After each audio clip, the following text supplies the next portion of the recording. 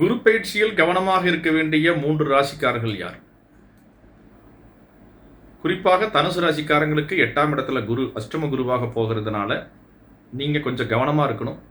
அடுத்ததாக 6ஆம் வீட்டில் குரு யாருன்னா கும்பராசிக்காரங்க. இந்த இடம் ருண ரோக சத்ருஸ்தானம் சொல்லக்கூடிய கடன் பகை நோய் காட்டக்கூடிய இடத்துல போகிறதுனால கொஞ்சம் கவனமாக இருக்கணும். அடுத்தது சிம்ம ராசிக்காரங்க, உங்களுக்கு 12ஆம் வீட்டில் குரு, அதாவது விரய குருவாக போகிறதுனால கவனமாக இருக்கணும்.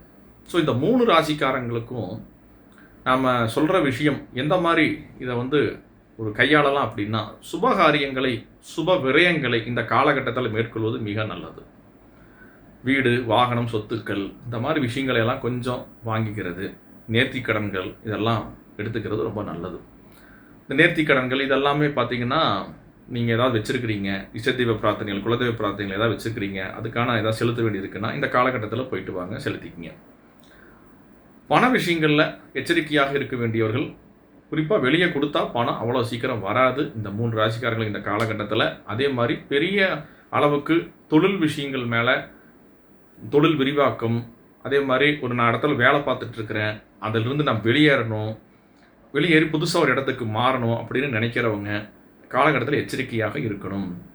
அது மட்டும் இல்லாமல் இந்த 3 ராசிக்காரர்களும் வம்பு, வழக்கு, பகை, பங்காளி வர்க்கத்தோட சொத்து சம்பந்தப்பட்ட பிரச்சனைகளில் ஈடுபடுவது இந்த காலகட்டத்தில் ஆதாயங்கள் இல்லை.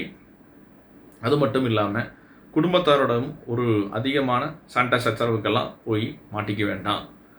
செலவுகள் கொஞ்சம் ஆகும் இந்த 3 ராசிக்காரங்களுக்கும். ஆனால் அதை நீங்கள் எதிர்கால சேமிப்பாக தங்கம், வெள்ளி, இடம், வீடு இந்த மாதிரி நீங்கள் ஏற்படுத்திக்கிட்டிங்கன்னா எந்த பிரச்சனையும் இல்லை, தைரியமாக இருக்கலாம்.